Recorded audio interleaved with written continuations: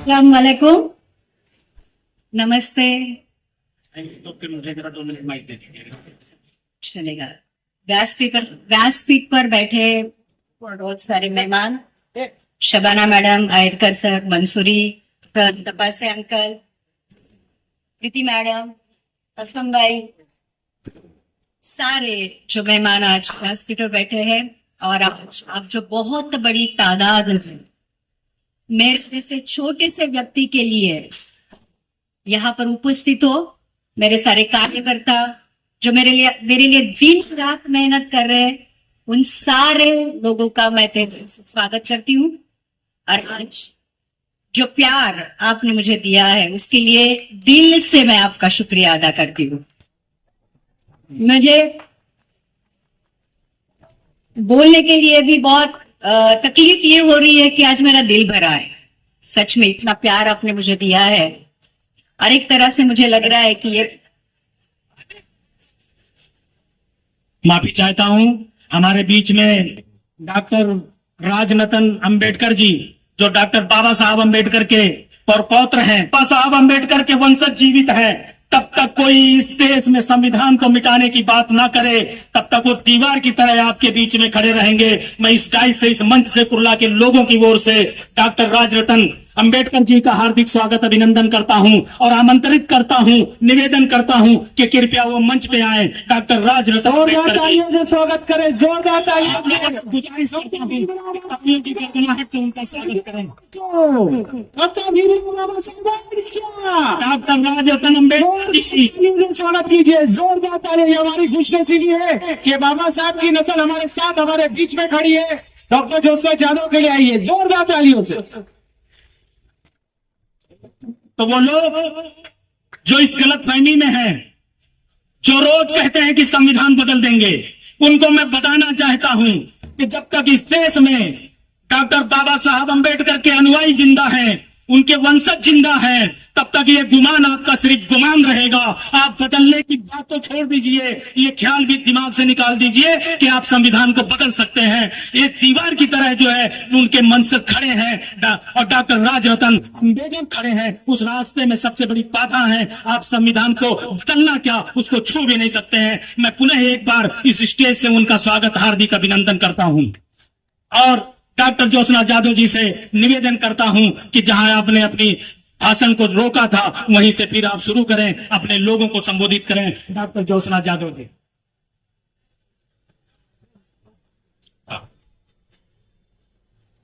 हमारे आए हुए अतिथि, हमारे मेहमान डॉक्टर राजरतन अंबेडकर जी का, अनिल भाई आप कहां हैं? कृपया आप मंच पे आए। मैं निवेदन करता हूं कि हार माला पहना करके जुबैर भाई, कल्लू भाई, मंसूर भाई, ऐसे तमाम लोगों से निवेदन करता हूं कि हमारे आए हुए अतिथि का फूलों की माला से हार्दिक स्वागत करें और तालियों की गड़गड़ाहट से आप उनका स्वागत करें। खड़े हो जाएं अपनी जगहों पे। सभी लोगों से गुजारिश करता हूं कि खड़े हो जाएं।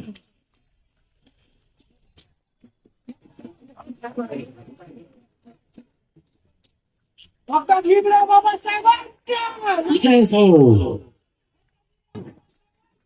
विजय सो, डॉक्टर बाबा साहब अम्बेडकर विजय सो, विजय सो।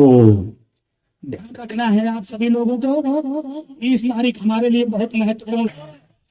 आज की मीटिंग आपके लिए खास है, क्योंकि आज की मीटिंग में जितने भी वक्ताओं ने आपसे बातें की है, एक कड़वी सच्चाई आपके सामने रखी है। जैसे कहा गया है कि पक्ष की बात होती है, बड़े बड़े नेताओं की बात होती है, और हम जानते हैं कि जितने भी बातें उनके बारे में कही जाती है सारी झूठ होती है। जब हम उनको वोट देते हैं पाते हैं कि हमें कुछ भी नहीं मिला है। तो आज जो कुछ भी इस मंच पर कहा गया वो सच्चाई थी, और आज ये मीटिंग सच्चाई को बाहर निकालने के लिए थी। आप सब जानते हो 2019 में भी मुझे टिकट दिया गया था, और 2019 में भी मेरे साथ बहुत बड़ी प्रॉब्लम हुई थी कह सकते हैं। अभी भी मुझे कहा गया था कि आपको वोट दिया जाएगा, आपको टिकट दिया जाएगा, लेकिन इस समय भी मेरे साथ बहुत बड़ा धोखा हुआ है और धोखे पे धोखा हुआ है। लेकिन काफी सारे लोगों ने मुझे आकर ये कहा कि बहन आप हारना नहीं, आप बैठो मत, आप खड़े रहो, क्योंकि आप ही वो उम्मीदवार हो जिससे हमें आशा है। और बहुत सारे मेरे भाई बहनों ने आकर मुझे कहा कि बहन आपको खड़ा रहना है, आपको हिम्मत नहीं हारनी है, आप पक्ष खड़े रहो, हम आपके साथ खड़े रहेंगे। और यही उनका जो प्यार था, उनका विश्वास था, उनकी जो आशा है मेरे ऊपर, उसके बलबूते पर आज मैं अपक्ष खड़े रहने की हिम्मत कर पाई हूं। उन सारे भाई बहनों को मैं दिल से धन्यवाद देती हूं कि सच में मुझे ऐसे लगा, काफी सारे लोगों ने जब पता चला कि अरे आप अपक्ष खड़े हो, अपक्ष खड़े रहोगे, आप जीत कर नहीं आओगे। मुझे कहा गया आपके पास ना पार्टी का सिंबल है, ना आपको कोई बैकअप है, ना आपके साथ कोई खड़ा है, ना आपके साथ कोई कार्यकर्ता है, आप जीत नहीं पाओगे। लेकिन आज मैं जब इस मंच से आपके साथ बातें कर रही हूं, मैं जरूर जानती हूं कि मैं जीतूंगी और जरूर जीतूंगी। बिना पार्टी के सिंबल के, बिना किसी पक्ष के बैकअप से, मैं आपके प्यार से, आपके विश्वास के साथ जरूर जीतूंगी। आज जो विश्वास तुमने मुझे दिया है, सच में मैं आपसे कहती हूं, मेरी बहुत बड़ी हौसला अफजाई हुई है। और जीतूंगी नहीं जीतूंगी वो बात की बात है, लेकिन आज तुम्हारे दिल में जो मुझे रहने की जगह मिली है, मैं ऑलरेडी आमदार बन चुकी हूं। देखो, आज मैं ये कह सकती हूं कि मुझे वोट क्यों देना चाहिए। इसलिए कि मैं सुशिक्षित हूं, मैं डॉक्टर हूं, 25 साल से मैंने आपकी सेवा की है, मेरा कैरेक्टर स्वच्छ है, मेरे पीछे कोई क्रिमिनल रिकॉर्ड नहीं है। और आज मैं आपसे टिकट इसलिए चाहती हूं कि मैं आपकी सेवा करना चाहती हूं। मुझे किसी भी पैसे की, किसी भी पद की, किसी भी चीज की कोई भी आशा नहीं है या कोई इच्छा नहीं है, केवल आपकी सेवा करनी है। इसी के लिए मैं आपके लिए खड़ी हूं, जो सत्ता के लिए नहीं है। मुझे कोई सत्ता की जरूरत नहीं है, मेरे पास बहुत कुछ है। मेरी 2 लड़कियां हैं, मेरे हस्बैंड एसीपी करके रिटायर्ड हुए हैं, मेरे पास एक अच्छा मेडिकल प्रोफेशन है, मेरी एक लड़की की ऑलरेडी शादी हो चुकी है, एक लड़की अच्छे से काम पर है। और ना ही हमें सत्ता चाहिए, ना ही हमें पैसा चाहिए, लेकिन जो समाज कार्य का हमने एक जिसको हम मराठी में कहते हैं वसा लेके रखा है, उन्हें हमें आगे बढ़ाना है। और काफी सारे लोगों ने कहा कि पॉलिटिक्स में आओगे तो बहुत बड़ा अधिकार मिलेगा, सत्ता मिलेगी, पैसा मिलेगा। जो समाज सेवा हम करना चाहते हैं, बहुत अच्छी तौर पर कर सकते हैं। इसलिए आज मैं आपके लिए उम्मीदवार के रूप में खड़ी हूं। अब तक जितनी मेरी कैपेसिटी थी समाज सेवा करने की, मैंने मेडिकल कैंप्स किए, लोगों को जिनके जो ऑपरेशन अफोर्ड नहीं कर सकते थे, उनको जिस तरीके से भी वो मदद की, बच्चों की फीस भरी, जो रास्ते पर भिखारी थे उनको शेल्टर दे दिया, जो बच्चे अनाथ थे उनको मैंने हॉस्टल में डाल दिया। मैं अपनी बढ़ाई नहीं कर रही हूं, लेकिन आज लोगों की जरूरत ये है कि कई अनाथ बच्चे हैं, कई माँ बाप ने छोड़े हुए, बच्चों ने छोड़े हुए माँ बाप है, बहुत ज्यादा गरीबी में रहने वाले लोग हैं जिनको कोई नहीं पूछता है। और वही चीज मुझे आगे बढ़ानी है, और इसलिए मुझे पॉलिटिक्स में एंट्री लेनी थी, और इसलिए आज मैं एक उम्मीदवार के रूप में आपके सामने खड़ी हूं। देखो, अगर जरूरतें बड़ी है तो पैसा भी लगता है। समाज सेवा भी फ्री में नहीं होती है, पॉकेट से पैसे डालने पड़ते हैं।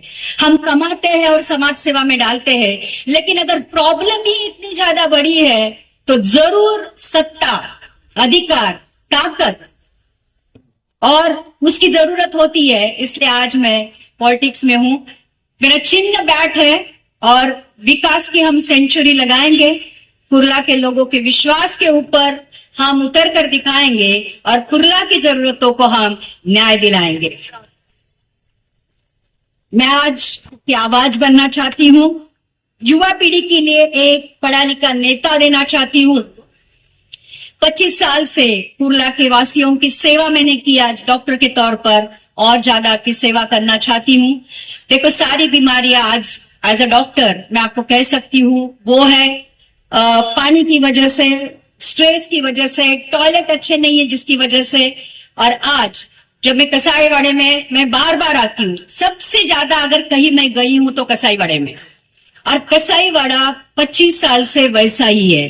रोड नहीं है, टॉयलेट्स नहीं है, गटर की समस्या है। आज बहनें रो रही थी और चिल्ला रही थी, मुझ पर गुस्सा उतार रही थी, अरे मैडम पानी नहीं है। हम जानते हैं कि विलेजेस में पानी नहीं मिलता है, लेकिन मुंबई जैसे शहर में, कुर्ला में पानी नहीं मिल रहा है। हमारे लिए सबसे बड़ी दुर्भाग्यपूर्ण बात है। तो प्रियो, अगर आज पानी नहीं मिल रहा है तो हमारे एमएलए और हमारे नगर सेवक क्या कर रहे हैं? तो आज इस एरिया को मैं एक अच्छा बनाना चाहती हूँ। हमारे एरिया में कॉलेजेस नहीं है, हमारे एरिया में स्कूल्स नहीं है, हमारे एरिया में कोई अच्छा हॉस्पिटल नहीं है। और ये सारी चीजें किसकी जिम्मेदारी होती है आपको पता है? हमारे एरिया में रोड नहीं है, हमारे एरिया में अच्छा पानी नहीं मिल रहा है, और ये सारी जिम्मेदारियां होती है एक आमदार की, जो हमारे आमदार ने कभी भी पूरी नहीं की है। तो बच्चों के लिए खेलने के लिए मैदान नहीं है। 10 साल आमदार होकर इन्होंने क्या किया? 2000 करोड़ मुझे दो, मैं कुर्ला का कश्मीर बना के दिखा दूंगी।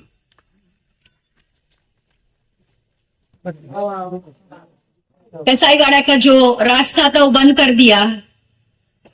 आज मैं कसाईवाड़ा और कुरैसी नगर के लोगों को कहती हूं, जिन्होंने आपका रास्ता बंद कर दिया उनका आमदारकी का रास्ता बंद कर दो।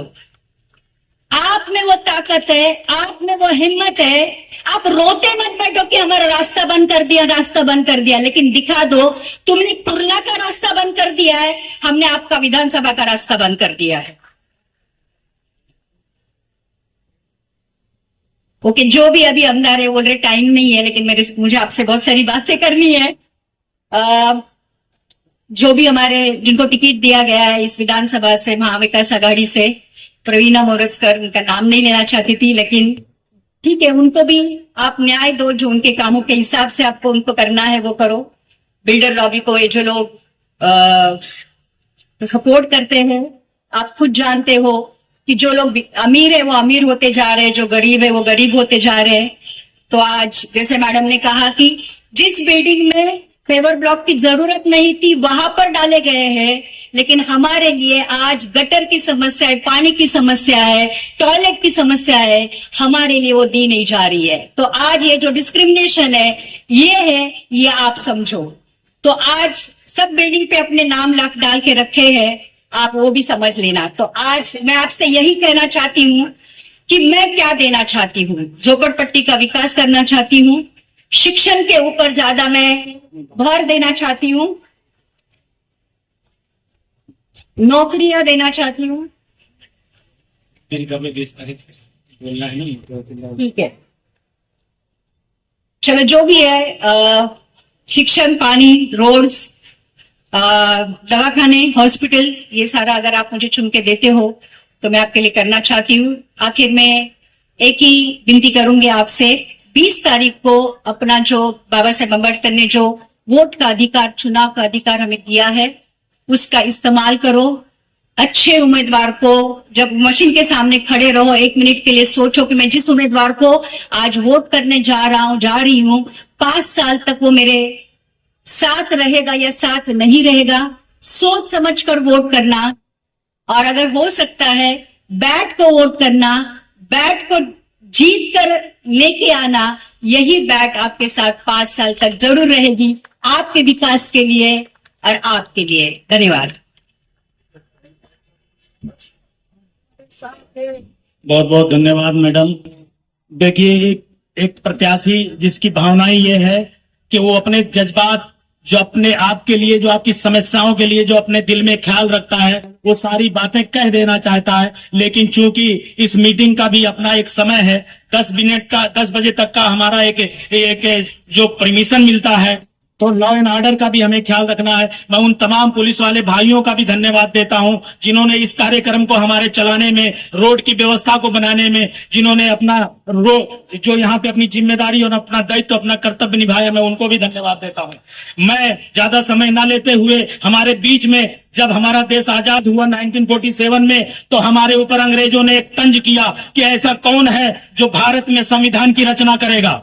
तो मुझे गर्व से यह कहना पड़ता है कि उस वक्त हमारे बीच से डॉक्टर बाबा साहब अंबेडकर बाहर आए और उन्होंने कहा कि अभी ऐसे वीरों से और ऐसे शिक्षितों से भारत खाली नहीं है जो भारत का संविधान भी ना लिख सकते हैं। तो मैं सैल्यूट करता हूं, धन्यवाद देता हूं डॉक्टर बाबा साहब अंबेडकर को, जिन्होंने हमें संविधान दिया, चलने का तरीका सिखाया, जिन्होंने हमें अधिकार दिया। मैं उनके परपौत्र डॉक्टर राजरतन अंबेडकर जी से बहुत ही विनम्रता से आवेदन करता हूं, निवेदन करता हूं, आग्रह करता हूं कि वो आए और उन अंबेडकरवादियों को और भारत में जिन्होंने संविधान दिया है और उस संविधान के अधीन चलने वाले भारतवासियों को आप आए और संबोधित करें। डॉक्टर राजरतन अंबेडकर जी, जोरदार तालियों से उनका स्वागत। जोरदार तालियों से स्वागत किया जाए। हमारे बीच में डॉक्टर अंबेडकर की नस्ल मौजूद है। डॉक्टर भीमराव बाबा साहब अंबेडकर। अरे डॉक्टर, सबसे पहले जिन जिन महापुरुषों ने और महानायिकाओं ने हमारे हक और अधिकार की लड़ाई लड़ी, उन सभी महापुरुषों को और महानायिकाओं को मैं त्रिवार नमन करता हूं। मंच पर उपस्थित कुर्ला विधानसभा की प्रत्याशी डॉक्टर ज्योत्सना जाधव मैडम, मंच पर उपस्थित सभी मेरे साथी, यहाँ पर उपस्थित सभी मेरे भाइयों को, बहनों को और माताओं को राजरत्न अंबेडकर का जय भीम। अभी मैं बैठे बैठे पूछ ही रहा था कि यहाँ के सिटिंग एमएलए कितने टर्म से कितने बार चुनकर आए हैं, तो 2 टर्म्स उनकी पूरी हो गई है और ये इनकी तीसरी टर्म के लिए वो फिर से लोगों में आ रहे हैं। इंग्लिश में एक कहावत है, मैं उसको हिंदी में ट्रांसलेट करके बताना चाहूंगा, क्योंकि यहां पर महिलाओं की संख्या अधिक है और यहां की प्रत्याशी भी एक महिला है और उसमें वो डॉक्टर भी है। आप महिला बच्चों के डायपर बदलते हो ना? डायपर क्यों बदलना पड़ता है? डायपर इसलिए बदलना पड़ता है क्योंकि बच्चे ने गंद कर दी है। डायपर और पॉलिटिशियन को वक्त वक्त पर बदलना पड़ता है, इसलिए क्योंकि उन्होंने बहुत गंद मचाई होती है। तो अभी डायपर बदलने की बारी आ चुकी है। 3 टर्म, 2 टर्म पूरे होने के बावजूद भी अगर कुर्ला में ये बोलना पड़ रहा है कि पानी चाहिए, रास्ते चाहिए, अस्पताल चाहिए, अगर ये बोलना पड़ रहा है, तो मेरे ख्याल से इस सिटिंग एमएलए को यह सबसे बड़ा तमाचा है कि 10 साल काम करने के बावजूद भी हमारी समस्या जो जैसे थे वैसे ही है। जो भी बातें डॉक्टर ज्योत्सना मैडम ने यहां पर की है, मैं उसको दोहराऊंगा नहीं, लेकिन मैं आप लोगों से एक वादा लेना चाहता हूं और उससे भी पहले मैं आपको ये बताना चाहता हूं, ये कुर्ला की जो सीट है, कुर्ला सीट के बाद एक ब्रैकेट लगता है ना? ब्रैकेट है ना? तो ब्रैकेट में क्या लिखा है? ब्रैकेट में क्या लिखा है? SC। पूरे महाराष्ट्र में 288 सीट्स है। 288 सीट पे से 288 MLAs, आमदार जिसको आप कहते हो, ये महाराष्ट्र के विधानसभा में जाने वाले हैं। लेकिन बाबा साहब अंबेडकर जी ने यह कहा कि इन 288 जगहों में हमारे बात करने वाला भी व्यक्ति वहां पर होना चाहिए, इसलिए महाराष्ट्र में 29 जगह ये अनुसूचित जाति के लोगों के लिए आरक्षित रखी गई है।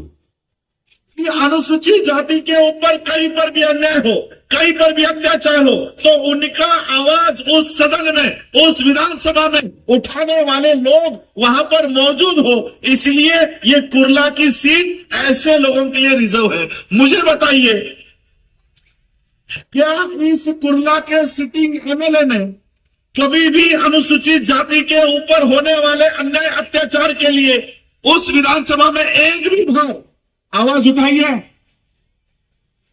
जिस अनुसूचित जाति के लिए आरक्षित सीट है उसकी अगर वो आवाज नहीं उठा रहा, वो आपकी आवाज क्या खाक उठाएगा?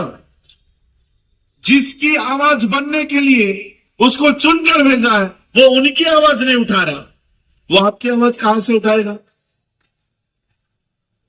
चाहे वो एनडीए हो या चाहे वो महायुति हो, इन दोनों को पूछो, जब हमारे पैगंबर के ऊपर इस देश में, इस महाराष्ट्र में गलत बात होती है तब आपके मुंह में दही जम जाता है? क्या दोनों में से किसी ने भी एक भी बार उस बाबा का विरोध किया? किसी ने नहीं। हमें क्या लगता है? बीजेपी को हटाना है। बीजेपी को हटाने के लिए हम उद्धव को ला रहे हैं। यानी एक हमें यह भी गारंटी नहीं है कि कल को अगर सरकार बने तो उद्धव फडणवीस एक होंगे या नहीं। आपको गारंटी है? गारंटी है किसी को? यानी हम महायुति को हटाने के लिए एनडीए को वोट देंगे। मेरे ख्याल से उबाटा ही खड़ा है यहां पर। हम उबाटा को वोट देंगे, क्या किसी के पास वो गारंटी है कि उद्धव ठाकरे और फडणवीस कल एक नहीं होंगे? और इसलिए मैं आपसे ये गुजारिश करना चाहता हूं, अपने वोट ये सो कॉल्ड सेकुलर का चोला पहनकर जो बैठे हुए हैं ऐसे लोगों पे जाया ना करें। डॉक्टर ज्योत्सना जैसे कैंडिडेट को आपकी आवाज बनाने के लिए विधानसभा में आपको भेजना होगा। उनको अपनी आवाज बनाओ। आपको, क्योंकि हजरत भी शायद मेरे पीछे पीछे निकलने वाले थे तो उनको भी अच्छा नहीं आ रहे तो मुझे बोलना है। मैं सोचा एक 10-15 मिनट ही मेरे पास समय होगा, तो हजरत नहीं आ रहे तो मैं बात कर सकता हूं। उनकी तबीयत, क्योंकि मैं अभी उनके यहीं से आ रहा हूं, उनकी तबीयत भी थोड़ी नरम चल रही है। और मैं खास यहां से 400 किलोमीटर दूर मैं लड़ रहा हूं। मैं मेरे 400 किलोमीटर दूर वाशिम के सीट से आज केवल कुर्ला में डॉक्टर ज्योत्सना मैडम के लिए आपको गुजारिश करने के लिए आया हूं। इसलिए बाबा साहब अंबेडकर जी ने वोट देने का अधिकार दिया। आप महिला यहां पे बहुत बड़े पैमाने पर बैठी हुई। जब इस देश में वोट देने का अधिकार तैयार हो रहा था तब इस देश के कुछ धर्मांध लोगों ने यह बात रखी कि इस देश में औरतों को वोट देने का अधिकार नहीं मिलना चाहिए, चाहे वो किसी भी धर्म की हो, किसी भी समाज की हो, चाहे वो ब्राह्मण हो, चाहे वो दलित हो, चाहे वो मुस्लिम हो या जैन हो या सिख हो या पारसी हो। किसी औरतों को वोट देने का अधिकार नहीं होना चाहिए, किसी शेड्यूल कास्ट को वोट देने का अधिकार नहीं होना चाहिए। ये बातें रखी बाबा साहब अंबेडकर जी ने, अपनी बातें राउंड टेबल कॉन्फ्रेंस में रखी। बाबा साहब अंबेडकर जी ने south bureau committee, Simon commission के सामने इस देश का पूरा ब्यौरा रखा। और बाबा साहब अंबेडकर जी के बात को मानते हुए साइमन कमीशन ने, साउथ ब्यूरो कमेटी ने इस देश में वोट देने का अधिकार तय किया। इनका कहना था कि एजुकेशन के ऊपर वोट का आधार होना चाहिए। इनका कहना था इनकम स्टेटस के ऊपर वोट का अधिकार होना चाहिए। यानी जो लोग 8वीं पास है सिर्फ उसी को वोट देने का अधिकार मिलना चाहिए। जो लोग टैक्स भरते हो, इनकम टैक्स, प्रॉपर्टी टैक्स, उन्हीं को वोट देने का अधिकार होना चाहिए। बाबा साहब ने कहा कि ये सारे डॉक्यूमेंट हमारे लोगों के पास नहीं है। उस समय भी वो ब्राह्मणवाद के लोग डॉक्यूमेंट मांग रहे थे ना डॉक्यूमेंट। 8वीं पास होने का सबूत दिखाओ, इनकम टैक्स की रिसीट दिखाओ, प्रॉपर्टी टैक्स की रिसीट दिखाओ। उस समय भी वो डॉक्यूमेंट मांगकर हमको वोट का अधिकार देना चाह रहे थे, और आज भी वो हमसे डॉक्यूमेंट मांगने की कोशिश करे कि डॉक्यूमेंट लाओ। कुछ लोग ये बताने की कोशिश कर रहे थे कि अगर डॉक्यूमेंट नहीं होगा तो देश की नागरिकता नहीं मिलेगी, है ना। ये लॉकडाउन से पहले हम लोगों की याददाश्त बहुत कमजोर होती है। लॉकडाउन के पहले के सारा माहौल हम भूल चुके हैं। हमारी औरतें, हमारी बूढ़ी औरतें शाहीन बाग से लेकर पूरे देश भर में इस कानून का विरोध करने के लिए अपने बच्चों के साथ, परिवार के साथ बैठी हुई थी। क्यों? डॉक्यूमेंट मांगा जा रहा था, डॉक्यूमेंट। 1950 से पहले के डॉक्यूमेंट लाओ, वो दिखाओ, तब जाकर नागरिकता मिलेगी। अभी इलेक्शंस आई है, इलेक्शन में 1950 के पहले के डॉक्यूमेंट मांग रहे थे। यानी हमारे वोट मांगते समय तुमको 1950 से पहले के डॉक्यूमेंट नहीं चाहिए। हमारा इलेक्शन कार्ड चल जाता है, हमारा आधार कार्ड चल जाता है, हमारा राशन कार्ड चल जाता है। यानी वोट मांगना है तो राशन कार्ड चल रहा है, नागरिकता देनी है तो राशन कार्ड नहीं चलता। इसलिए मैं उस समय शाहीन बाग में जाकर इस देश के प्रधानमंत्री को मैंने ये चैलेंज दिया था कि हमारे वोटों के ऊपर तू प्रधानमंत्री बना। और वो वोट हमने राशन कार्ड के ऊपर दिए, आधार कार्ड के ऊपर दिए, ड्राइविंग लाइसेंस के ऊपर दिए। अगर हमारे ये सारे डॉक्यूमेंट नहीं चलते तो हमारे वोट भी नहीं चलना चाहिए, और अगर हमारा वोट भी इनवैलिड है तो ये प्रधानमंत्री भी इनवैलिड होना चाहिए। आज फिर से डॉक्यूमेंट्स की बात होगी। जो लोग महायुति से तुम्हारे सामने वोट का कटोरा, देखो बाबा साहब कितनी बड़ी ताकत देकर गए आप लोगों को। ये हवा में उड़ने वाले मोदी, ये हवा में उड़ने वाले योगी। मोदी आज इस देश में, कल उस देश में, परसों उस देश में, है ना, घूमता रहता है ना हवे में। लेकिन एक दिन वो हवे से उतर के आपके पैर धोने के लिए मजबूर होता है। क्यों? क्योंकि बाबा साहब आपको वोट का अधिकार देकर गए। वो वोट पाने के लिए वो आपका पैर धोने के लिए भी मजबूर हो जाता है। इस वोट के ताकत को समझो। इस कुरला के सभी मेरे मुस्लिम भाइयों को, बहनों को, माताओं को, सभी मेरे बौद्ध भाइयों को, अंबेडकरी समाज को, भाइयों को, बहनों को, माताओं को मैं ये अपील करना चाहूंगा, एक भी दिन उस 20 तारीख को एक भी व्यक्ति घर में बैठा नहीं रहना चाहिए। 100% वोटिंग मुस्लिम और एससी की होनी चाहिए इस सीट पे, 100% वोटिंग। बाबा साहब जब ये वोट का अधिकार देकर सीढ़ियों से नीचे उतर रहे थे उस ऑफिस के, तो मैं उस व्यक्ति का नाम नहीं लेना चाहूंगा। उन्होंने पूछा बाबा साहब से, बाबा साहब आपने वोट देने का अधिकार तो दे दिया, लेकिन इस देश के लोग तो भूखे नंगे लोग हैं, इस देश के लोग तो गरीब हैं। हम पैसों, शराब, साड़ियों के ऊपर उनके वोट खरीद लेंगे। हम पैसे बांट के, शराब बांट के उनके वोट खरीद लेंगे और अपनी सरकारें बनाएंगे, और फिर आपका वोट का अधिकार धरा का धरा रह जाएगा, कोई काम नहीं आएगा। आपका वोट देने का अधिकार असफल हो जाएगा। बाबा साहब ने सोचा, हां, इस देश के लोग तो गरीब हैं, इस देश के लोग लाचार हैं, पैसों के ऊपर,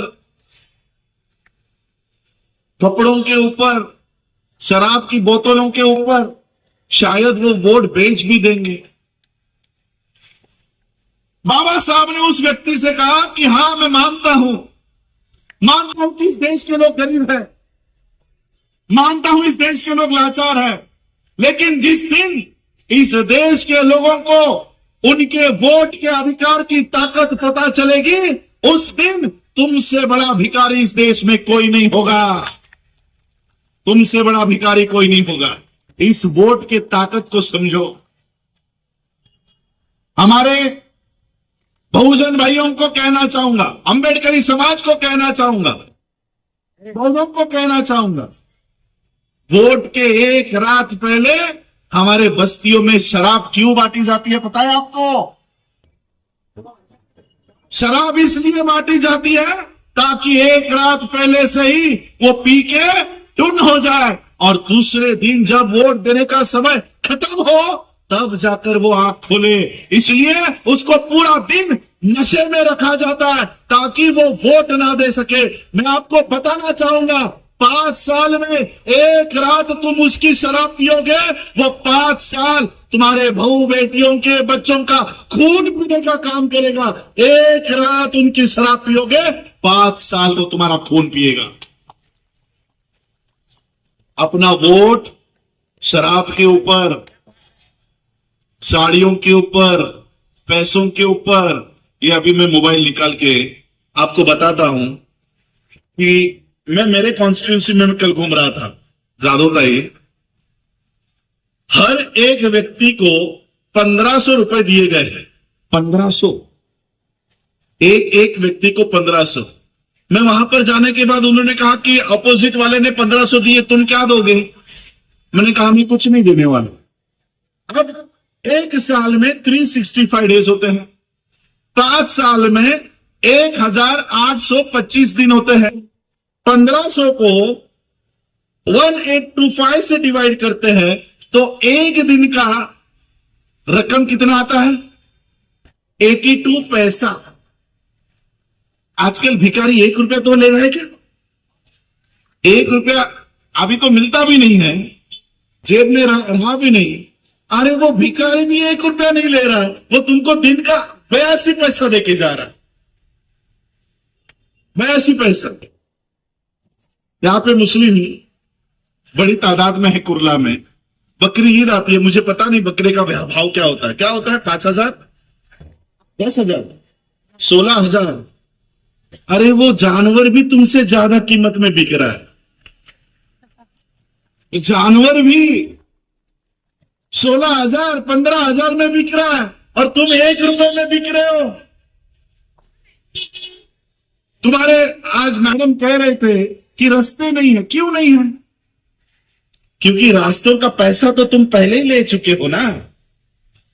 क्या अधिकार है तुमको रास्ता मांगने का? रास्ते के पैसे तो तुम पहले ही खा चुके हो। क्या अधिकार है तुमको पानी मांगने का? क्या अधिकार है तुमको अच्छा अस्पताल मांगने का?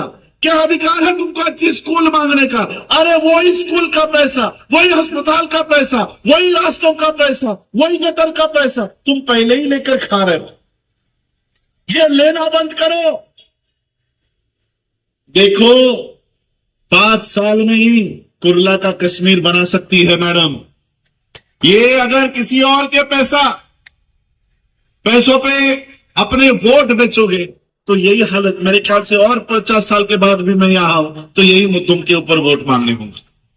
इस देश का वोटर जिस दिन जागेगा, मैडम कह रहे थे कि पार्टियों ने टिकट नहीं दिया। पार्टी बनाता कौन है? हम, आप लोग। पार्टी मैडम को नहीं बनाती। पार्टी का टिकट मैडम को मिले या नहीं मिले, पार्टी किंग मेकर नहीं है। किंग मेकर कौन है? ये मेरे सामने बैठा हुआ वोटर, ये किंग मेकर है।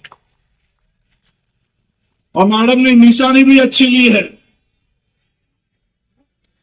अब यही बैटिंग आपको विधानसभा में करनी है। ये बल्ला किसी क्रिकेटर के हाथ में हो तो चौके और छक्के लगा के देश को जिता सकता है, लेकिन यही बल्ला किसी औरत के हाथ में आए तो अच्छे को सीधा कर सकती है। और इसलिए ये बल्ला लेकर मैडम को विधानसभा में भेजो ताकि हमारे 29 बागड़ बिल्ले हैं अंदर। 29 सीटें एससी की। मैं भी एक एससी के सीट पे लड़ रहा हूं, मैडम को भी एससी के सीट पे हमने पूरा आज सुबह प्रेस कॉन्फ्रेंस लेके हजरत ने आपको समर्थन दिया है। हजरत ने सुबह प्रेस कॉन्फ्रेंस लेके, उस प्रेस कॉन्फ्रेंस में मैं भी था। कुर्ला के सीट पर डॉक्टर ज्योत्सना जाधव को पूरा समर्थन हजरत ने प्रेस कॉन्फ्रेंस लेकर दिया हुआ है। और इसलिए आज समय को देखते हुए, क्योंकि और पता नहीं मेरे बाद और किसी को बोलना भी है,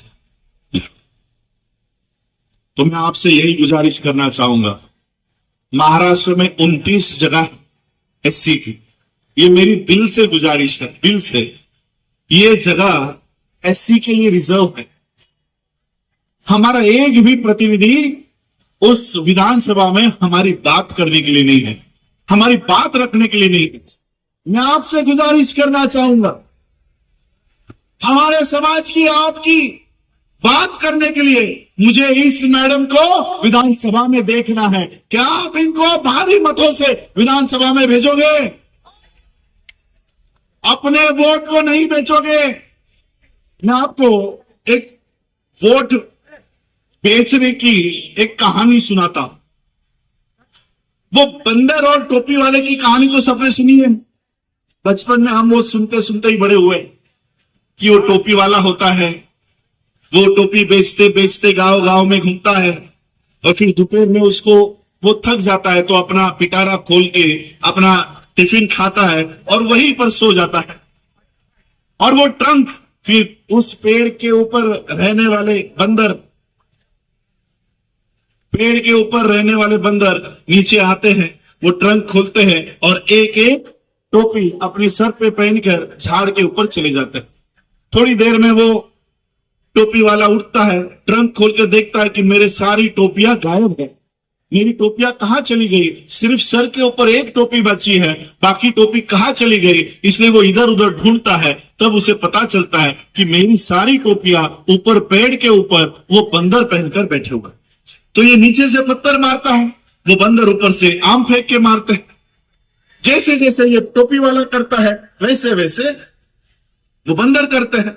टोपी वाले को आइडिया आती है कि अगर मैंने अपने सर के ऊपर की टोपी फेंकी तो वो भी वैसा ही करेंगे, तो इसलिए वो अपनी टोपी फेंकता है। सभी बंदर उस आदमी का अनुकरण करते करते वो अपनी अपनी टोपियां फेंकते हैं और फिर वो सारी टोपियां इकट्ठा करके निकल जाता है। स्टोरी इसके आगे है।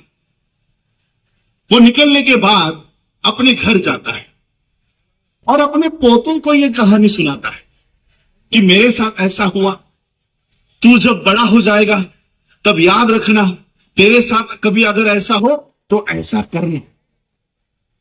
फिर वो टोपी वाला बूढ़ा हो जाता है, मर जाता है और ये पोता बड़ा हो जाता है और वो भी टोपी बेचने का कारोबार करना शुरू करता है। एक गांव से दूसरे गांव टोपी बेचते बेचते जाता है और फिर वही प्रसंग उसके साथ होता है। थक जाता है, खाना खा के पेड़ के नीचे सो जाता है। ट्रंक में के सारी की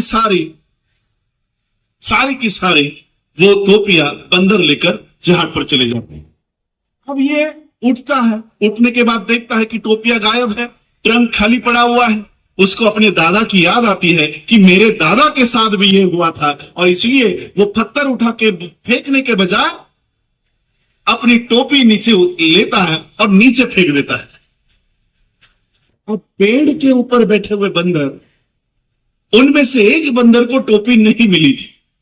वो तुरंत नीचे आता है, वो फेंकी हुई टोपी भी उठाता है और ऊपर पहन के चला जाता है। कोई भी बंदर अपने सर के ऊपर की टोपी नहीं फेंकता, अपने सर की टोपी नहीं फेंकता। वो पोता सोचता है मेरे दादा ने तो बोला था कि अगर मैंने टोपी फेंकी तो ये भी टोपी फेंकेगा, ये भी टोपी फेंकेंगे, लेकिन मैंने टोपी फेंकी, इन्होंने तो अपनी टोपी फेंकी नहीं बल्कि मेरी टोपी भी उठाकर लेकर गए। तो वो बंदरों से पूछता है कि तुमको तो टोपी फेंकनी चाहिए थी, तुम टोपी क्यों नहीं फेंक रहे हो? तो बंदर कहते हैं दादाजी क्या सिर्फ तुझे थे, हमें नहीं थे? हमारा दादा ने भी कहा था कि अगर कोई टोपी वाला आए और अपनी टोपी फेंके तो अपनी टोपी कभी नहीं फेंकना, उसकी उठाई फेंकी हुई टोपी अपनी उठाओ, अपने सर पे रखो। इसलिए आज कोई भी उम्मीदवार आकर आपको 1500 रुपए फेंके, 2000 रुपए फेंके, 5000 रुपए फेंके, अपने सर के ऊपर की वोट की टोपी नहीं फेंकना। वो 2000 लेकर घर पर चले जाओ। अपने सर के ऊपर की टोपी नहीं फेंकना। कोई भी कुछ भी फेंके, बंदर समझ गए, इंसान कब समझेंगे। और इसलिए आने वाले समय में 20 तारीख को सुबह 7 बजे से लेकर लाइन लगा लगा कर, अगर आपके कोई रिलेटिव्स यहीं के वोटर्स है, बाहर शिफ्ट हो गए, उनको भी बुला लो, दोस्तों को बुला लो। क्या कह रहे हैं ये लोग? मैं लिटरली, आप लोग बिग बॉस देखते हो? बिग बॉस देखते हो? अभी शुरू है, मुझे तो देखने नहीं मिलता, टीवी देखने नहीं मिलता, मेरे घर पे देखते रहता है। बिग बॉस में फिर झगड़े चलते रहते हैं आपस में, और फिर वो विक्टिम कार्ड खेलते हैं। तूने मुझे गाली दी, तूने मुझे ऐसा बोला, वैसा बोला। अब महाराष्ट्र की इलेक्शन चल रही है, मुझे ये महाराष्ट्र की इलेक्शन लगी नहीं रही है, ऐसा लग रहा बिग बॉस का एक एपिसोड सीजन देख रहा हूं। मेरी पार्टी चुरा ली, मेरा चिन्ह चुरा लिया, मेरा बाप चुराया, मेरा दादा चुराया, बस इसी के ऊपर इलेक्शन है कि नहीं? इसी के ऊपर इलेक्शन चल रही है। अरे जनता के लिए क्या करने वाला है वो तो बताओ। मेरी पेटी खोली, मेरा डब्बा चेक किया, मेरा पानी चेक किया, अरे ये मुद्दा है। और ये मुद्दे कौन दिखा रहा? IBN लोकमत, G24 तास, ABP माझा। इनको शर्म अगर आती हो तो अपना नाम बदल लो, ABP माझा नहीं, BJP माझा कर लो। आपके आप एक गाना है ना, क्या? झुमका गिरा रे सवेरे की बाजार में। जितना झुमका जवेरी बाजार में नहीं गिरा होगा, उतना मीडिया इस भारत में गिर चुका है, उतना मीडिया गिर चुका है। और इसलिए ज्योत्सना ताई को कोई ABP वाला नहीं दिखाएगा, ज्योत्सना ताई को कोई G24 तास वाला नहीं दिखाएगा। तुमको मीडिया बनना पड़ेगा, ज्योत्सना ताई का मीडिया तुमको बनना पड़ेगा। अपने मोबाइल में जितने भी व्हाट्सएप ग्रुप है, फेसबुक से इंस्टाग्राम है, वहां पर इनका प्रचार होना चाहिए। कोई भी आकर इनका प्रचार टीवी के ऊपर नहीं करने वाला, वो प्रचार का माध्यम आपको बनना है। बस मैं इतनी बात कहूंगा। आप लोगों ने मुझे यहां बुलाया, ज्योत्सना ताई ने मुझे बुलाया, मैं उनका आभार व्यक्त करता हूं। आप लोगों ने मुझे सुना, उनके लिए मैं आपका आभार, आप सबका आभार व्यक्त करता हूं। और मैं उम्मीद करता हूं कि मुझे ऐसे लोग विधानसभा में मुझे देखने हैं जो हमारे समाज की बात करें, आपकी बात करें, आपके हक की बात करें। और इसलिए ये सारी चीजें अगर हमें देखनी है, आपका एक एक वोट ये ज्योत्सना ताई को गिरे, इतना ही अपील करता हूं और रुकता हूं। आप सभी ने मुझे बुलाया, सुना, उसके लिए बहुत बहुत आभार, धन्यवाद। जय भीम, जय भारत।